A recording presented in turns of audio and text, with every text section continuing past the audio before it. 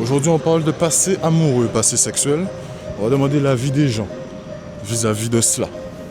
Ok? Qu'est-ce qu'ils pensent? Est-ce qu'ils pensent que c'est important de connaître le passé amoureux et sexuel de son partenaire? Let's go. Excuse-moi. Tu penses que c'est pas important de connaître le passé amoureux et la vie sentimentale antérieure de son partenaire? Tu penses que c'est pas important? Niveau trauma, oui, mais après, non. Parce que ça, tu vas cogiter. En sachant que si tu es parano, donc ça fait encore plus de trucs en tête. Donc, non. Ok, et tu penses que connaître par exemple le body count de son partenaire, c'est pas quelque chose d'important? Pour moi, non. Tu penses pas que c'est quelque chose qui peut agir, qui pourra avoir des conséquences sur ta relation avec lui? Justement, oui. Donc, je ne veux pas savoir. Mais tu penses pas que justement, en sachant cela, tu pourrais du coup te demander si c'est une bonne chose d'avoir une relation avec cette personne? Je suis trop parano pour ça. Si je lui demande, ça va mal finir. Donc, Mais justement, autant lui demander, comme ça au moins t'es fixé et tu sais si tu mets fin ou non à cette relation. en fait, le passé, tu n'es pas avec la personne par rapport à son passé. Si tu es avec la personne, je pense que c'est par rapport... Oui, mais si ce passé en question te rapporte plus de problèmes qu'autre chose. C'est pour ça que je ne veux pas savoir le passé de la personne. Tu n'auras pas de remords, tu te diras pas, peut-être que si j'avais fouillé avant, peut-être que je ne serais pas dans cette situation actuellement? Non, Non, toi, ça te pose pas de problème. non. Ok, tu penses pas que si par exemple un homme qui a connu énormément de femmes, qui a l'habitude de courir après les femmes et qui a un haut body count, tu penses pas que ça peut avoir un impact sur sa personne durant ta relation? Je pense oui. À quel niveau? Au niveau de la confiance. Parce que tu n'auras jamais vraiment confiance à la personne. Est-ce que tu penses que cet homme-là pourra être fidèle un jour? Je pense pas, hein? Non. Tu penses pas? Non. Et chez les femmes, est-ce que tu penses qu'une femme qui a l'habitude de courir, qui a l'habitude de fréquenter des hommes, qui a un haut body count, est-ce que tu penses qu'elle, de son côté, elle pourra un jour se dire que durant les 40 prochaines années de sa vie, elle va rester avec le même homme et elle va goûter que cet homme? Oui. Si elle aime vraiment la personne, oui. Elle changera. Et pour l'homme, c'est pas possible. Je pense pas. Salut, nous avons un sujet micro-trottoir. Qu'est-ce que tu en penses sur le passé des femmes? Pour moi, le passé des femmes est très important. Pour moi, c'est comme une voiture, il vaut mieux savoir le kilométrage avant de l'acheter. Ok, et tu en penses quoi de tous les hommes qui pensent que le passé des femmes n'est pas du tout intéressant et qu'il faudrait totalement s'abstenir sur ce sujet, sur ce point, et fréquenter une femme sans même s'intéresser sur ce qu'elle a déjà fait auparavant? Certaines relations laissent des séquelles. Il vaut mieux qu'on soit au courant. Parce que demain, sous ces réactions, tu peux comprendre selon ces relations anciennes. Donc du coup, dans notre société, suite au passé des femmes, nous nous rendons bien compte que beaucoup de femmes ont un passé qui défavorise une potentielle relation sérieuse. Donc du coup, de ce fait, est-ce qu'on devrait fréquenter ces femmes-là ou on devrait les mettre de côté? Pour moi, la santé mentale, c'est très important, mais il vaut mieux les mettre de côté. Ça peut être méchant, mais il faut. Et du coup, vice-versa, qu'est-ce qu'on devrait penser du passé des hommes? C'est-à-dire qu'effectivement, les femmes, leur passé met un frein aux hommes, mais qu'est-ce qu'on devrait penser du passé des hommes à leur tour? Ça devrait être pareil. Ça devrait être pareil? Ça devrait être pareil. Qu'est-ce qui te fait dire ça? Parce qu'un homme qui a été à un cours de jupon, il restera toujours ça, comme ça. C'est dans sa nature. Est-ce que tu penses que le passé d'un homme est la même chose que le passé d'une femme? Est-ce qu'il est perçu comme le passé d'une femme ou est-ce qu'on fera une différence et on va dire comme une femme elle a un body count de je ne sais combien, ce sera beaucoup plus mauvais qu'un homme qui a un body count pareil qu'une femme, mais juste peut-être parce que c'est un homme, on verra les choses autrement. Un homme, ça peut être plus pour eux, plus glorieux d'avoir plusieurs relations. Ils voient ça comme de l'expérience et certaines femmes aiment les hommes qui sont expérimentés.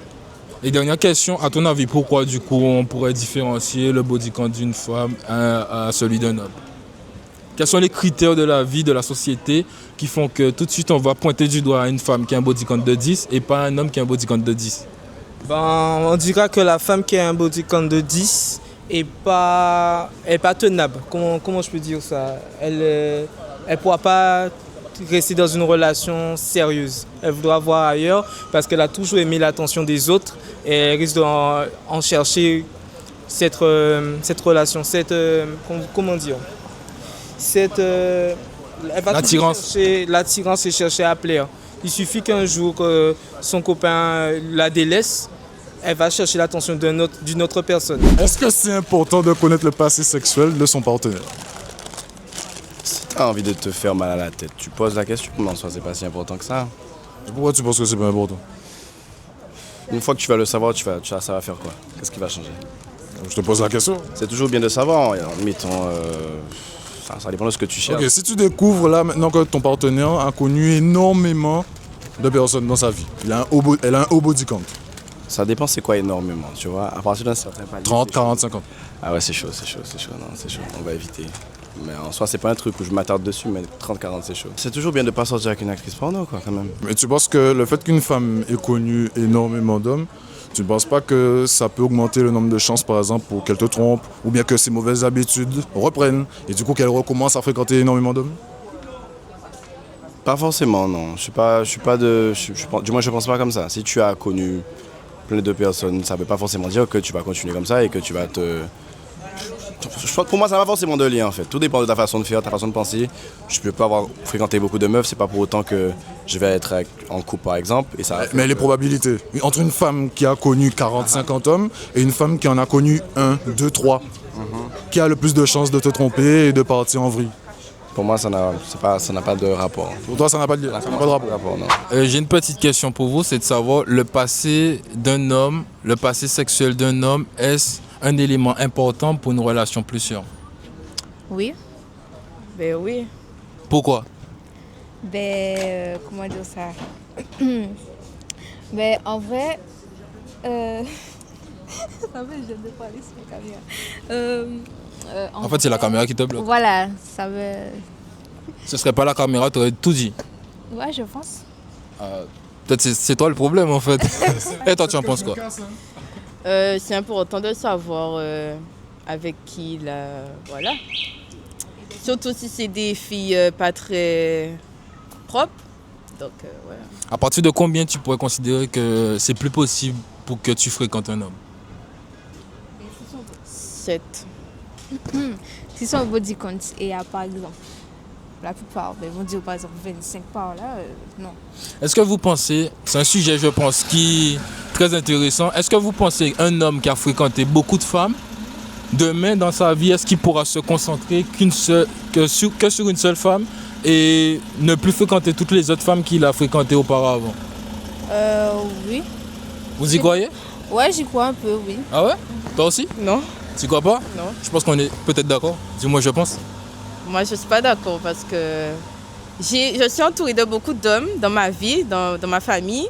Et non, en fait, non. Et pourquoi toi tu penses que c'est possible? Si il se dit que ouais, là c'est bon, il veut changer tout dans sa vie et tout, et que là il veut se concentrer sur une petite femme, peut-être que genre... peut-être qu'il se dit, bon, elle peut-être qu'elle est différente des autres femmes qu'il a peut-être check dans sa vie. Et donc là, il se dit, bon, celle-là, elle peut potentiellement... Donc, en fait, j'ai une problématique un peu avec ce que tu racontes. Je ne sais pas si c'est vrai, si c'est faux, je ne donnerai pas mon avis.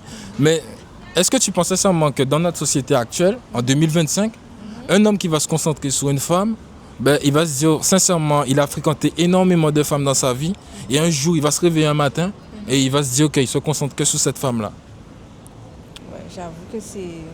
Bon. En fait, je sais pas. Dans le vrai sens du terme, c'est peut-être problématique ce que tu disais tout à l'heure là. Tu en penses quoi? Ouais, Et peut-être du même côté d'une femme. aussi, ouais. Une femme qui va en soirée. Est-ce que tu penses sincèrement qu'elle aura cette facilité de dire que je ne vais plus en soirée parce que mon homme ou parce que je suis en couple? Ouais, j'avoue que c'est chaud quand Admettons, même. tu es une fumeuse. Oui, moi, par exemple. Admettons, tu es une fumeuse. Tu te réveilles un matin et un jour, tu décides de te dire que je ne veux plus fumer. Mais ça, c'est ta pensée actuelle. Mais est-ce que les efforts vont aller, les actions du moins, vont aller avec ce que tu souhaites vraiment? Je sais pas. Est-ce que tu vas réussir à passer ce cap? Non, je pense pas. Vu que je le fais tout le temps, c'est un truc addictif. C'est ça?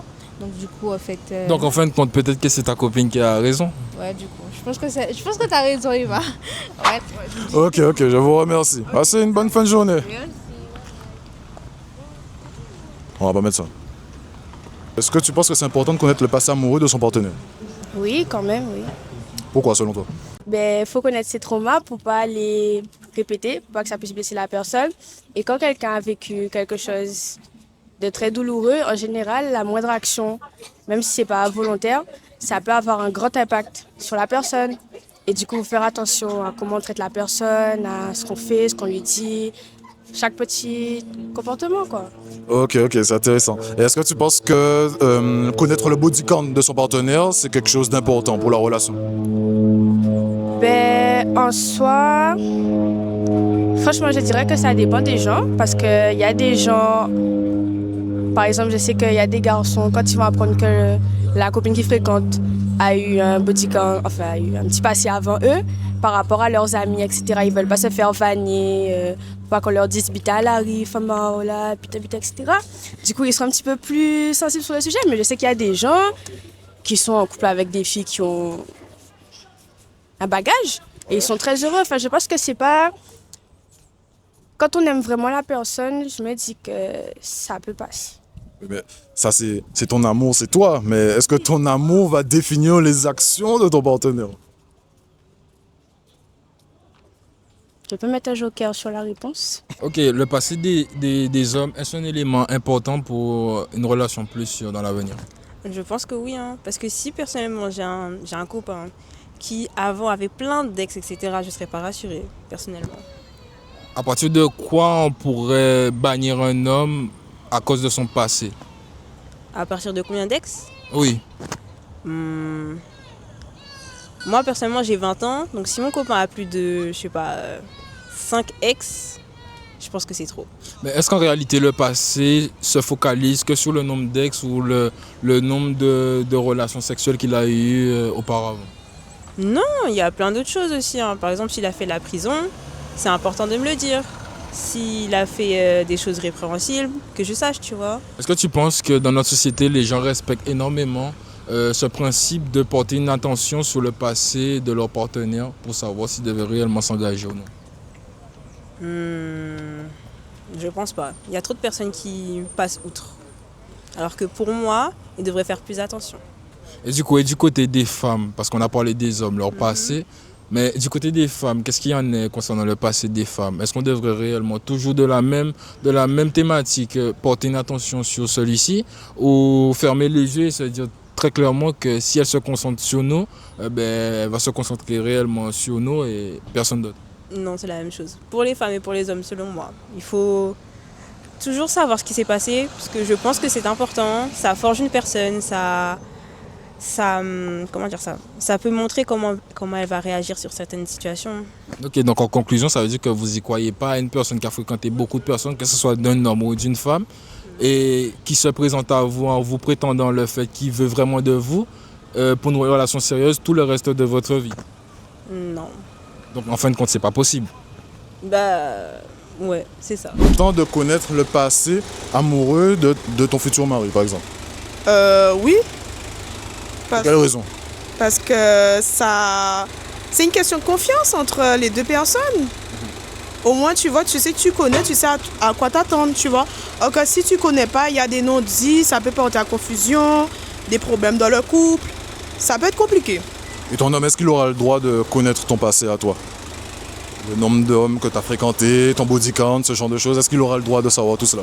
Oui, ça me dérange pas. J'ai rien à cacher en soi. Donc, Ok, tu penses que c'est important que comme l'un pour l'autre de connaître le passé amoureux de son partenaire? oui. Ok. Est-ce que tu penses que connaître le body count de son partenaire, c'est quelque chose d'important pour la relation ou bien ça n'aura aucun impact pour celui-ci? Oui, c'est important. En fait, tout dépend de la personne, mais ouais, parce que en fait, si peu importe les pensées, parce que je pense que nous, femmes, c'est compliqué peut-être d'avoir beaucoup de partenaires sexuels, mais pour les hommes aussi, je pense que c'est trop Tu normal. penses que pour les femmes, c'est compliqué d'avoir une relation sexuelle? Enfin, non, mais le fait qu'il y a beaucoup, c'est... On est souvent jugé, si tu préfères. Ouais. Ok, mais d'abord toi, pourquoi est-ce que vous êtes jugé lorsque vous vous amusez à fréquenter énormément d'hommes et d'avoir énormément de relations sexuelles? Pourquoi vous êtes jugé tandis que les hommes, eux, le plus souvent, ils sont plutôt acclamés, entre guillemets. Entre guillemets. Moi, je pense que les hommes qui jugent les femmes, ils ont peur. C'est tout, parce que peut-être qu'ils pensent que le fait que la femme elle a eu beaucoup de partenaires sexuels, qu'il y a l'un des partenaires qui est plus performant que l'autre. Moi, c'est ce que je pense, c'est mon avis. Après, voilà. Ok, et pourquoi tu penses que les hommes, ils sont plutôt acclamés lorsqu'ils ont, par exemple, 30 en body count, lorsqu'ils ont des facilités avec les femmes? Pourquoi ces hommes-là sont acclamés? Ben, parce que pour eux, je pense que, bon, ils vont peut-être penser qu'ils sont plus performants, peut-être pas, qui sait. Ou ça les fait avoir peut-être plus d'expérience. Après, voilà, tout dépend. Hein. Une femme, par exemple, tu vois, elle va dans la rue comme cela, elle demande à n'importe quel homme d'avoir une relation sexuelle. Est-ce que tu peux comprendre que pour elle, c'est facile d'obtenir un oui? D'avoir n'importe quel homme, d'avoir une relation sexuelle avec n'importe quel homme lorsqu'elle va dans la rue? Oui, je pense. Mais un homme, s'il fait ça, il se balade dans la rue, il va voir des femmes et il leur demande pour avoir une relation sexuelle. Tu penses qu'il aura beaucoup de oui?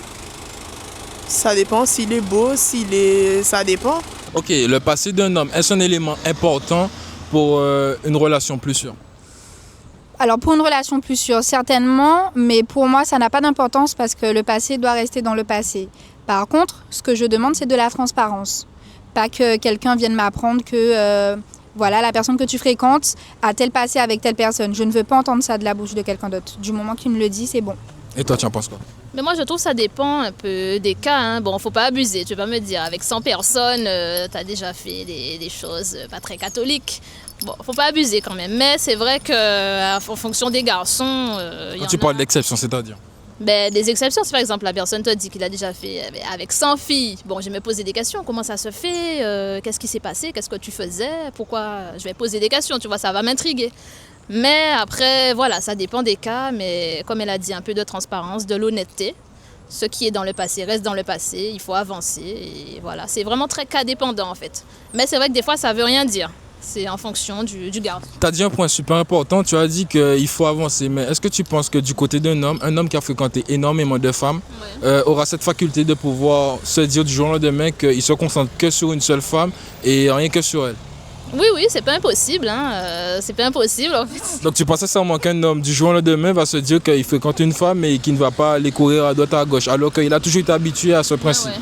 Pas forcément du jour au lendemain, mais au fil des expériences. Par exemple, s'il rencontre quelqu'un de plus posé, cette personne pourra l'aider à changer. Moi, je dis que le passé, au contraire, il faut apprendre de son passé pour changer son futur, en fait. Et aussi, quand tu rencontres des personnes, la personne aura un vécu différent et cette personne pourra t'apprendre, en fait, te montrer quelles sont les bonnes actions à faire dans le futur. Franchement, ça veut rien dire. Tout ça apprend dans la vie, il n'est jamais trop tard. Donc, Mais peut-être que ça peut être un élément qui freine, puisqu'en fin de compte, c'est vrai que tout ça apprend et on dit que le passé, il faudrait mettre une croix. Oui. Mais peut-être que pour une personne qui veut réellement s'assurer que la personne avec qui elle va s'engager, elle veut s'assurer que cette personne veuille réellement une relation sérieuse. Ouais. Est-ce que tu penses que le fait de venir devant une femme, et si on est transparent, dans une transparence en lui disant qu'on a un body count par exemple de 30, est-ce que tu ne penses pas qu'à premier instinct, elle va se dire que c'est problématique pour la suite de sa relation? Problématique? Ça peut l'être problématique. Après, tout est une question de confiance. Déjà, dès le départ, il faut se dire les choses. Parce que c'est vrai que le passé peut retentir sur le futur dans une relation. Je suis d'accord avec toi, le passé peut vraiment retentir et vraiment impacter la future compagne. Donc c'est pour ça, dès le début, il faut mettre les points sur les i, il faut être sûr de soi. Et voilà, c'est vrai que les relations en 2025 ne durent pas trop. Maintenant, bon, les jeunes sont un peu plus volatiles. À ton avis, pourquoi justement? Pourquoi? C'est parce que le manque de confiance, justement, le manque de confiance. Maintenant, les relations évoluent, c'est plus comme les anciens. On passe d'un partenaire à un autre. Non, et du coup, c'est vraiment le manque de confiance, le manque d'honnêteté.